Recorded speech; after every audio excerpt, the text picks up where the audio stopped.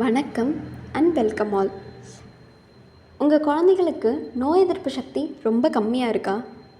அதனால் ஜலதோஷம், காய்ச்சல், இருமல்னு அடிக்கடி ஹாஸ்பிட்டல் கூப்பிட்டு போகிறீங்களா? பசி ரொம்ப கம்மியாக இருக்கா? அதனால் சரியாக சாப்பிட மாட்டேங்கிறாங்களா? எப்போவுமே ரொம்ப சோர்வாக இருக்காங்களா? அப்போ உங்களுக்கான வீடியோ தாங்க இது. I am here by Dr. Gayatri, BAMS, a general Ayurveda practitioner. வாங்க வீடியோக்குள்ளே போயிடலாம். ஸ்வர்ண பிராசனம். ஸ்வர்ணம்னா தங்கம், பிராசனம்னா உட்கொள்ளுதல். தங்கம் உட்கொள்ளும் ஒரு விதமான ஆயுர்வேத சிகிச்சை முறை தாங்க இது. இது குழந்தைகளுக்கு இயற்கையான முறையில் நோய் எதிர்ப்பு சக்தியை அதிகரிக்குதுன்னும் உடல் மற்றும் மூளை வளர்ச்சியை மேம்படுத்த உதவும் ரசாயன சிகிச்சை முறைன்னு சொல்லுவாங்க. இது எப்படி தயாரிக்கப்படுது? நன்கு சுத்திகரிக்கப்பட்ட தங்கம், தேன், நெய் மற்றும் மூளை வளர்ச்சியை மேம்படுத்த உதவும் பிரம்மி, அஸ்வகந்தா, சதாவரி இன்னும் சில மூலிகைகளை சேர்த்து மிகவும் பாதுகாப்பான முறையில் தயார் செய்யப்படுதுங்க. இது யாருக்கெல்லாம் கொடுக்கலாம்? பிறந்து ஒரு வாரமான குழந்தை முதல் 16 வயது வரையிலான குழந்தைகளுக்கு கொடுக்கலாங்க. இது எப்பெல்லாம் கொடுக்கலாங்க?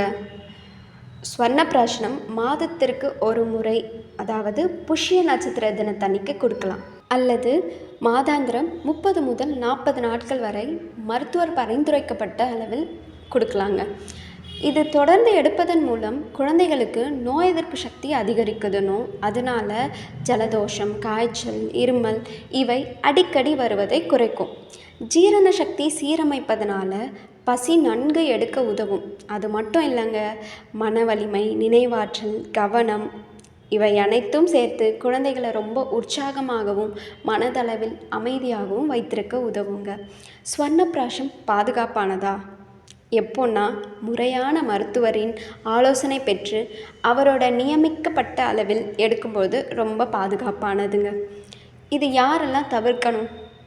குழந்தைகளுக்கு காய்ச்சல், வயிற்றுப்போக்கு, வாந்தி, அலர்ஜி தொந்தரவு இதெல்லாம் இருக்கும்போது தற்காலிகமாக தவிர்த்துக்கலாம்.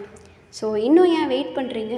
உங்களுக்கு அருகாமையில் இருக்க ஆயுர்வேத மருத்துவரை அணுகி அவர் கொடுக்கக்கூடிய கால அட்டவணை பொறுத்து உங்கள் குழந்தைங்களுக்கு ஸ்வர்ணப்பிராசனம் கொடுக்க ஆரம்பிங்க.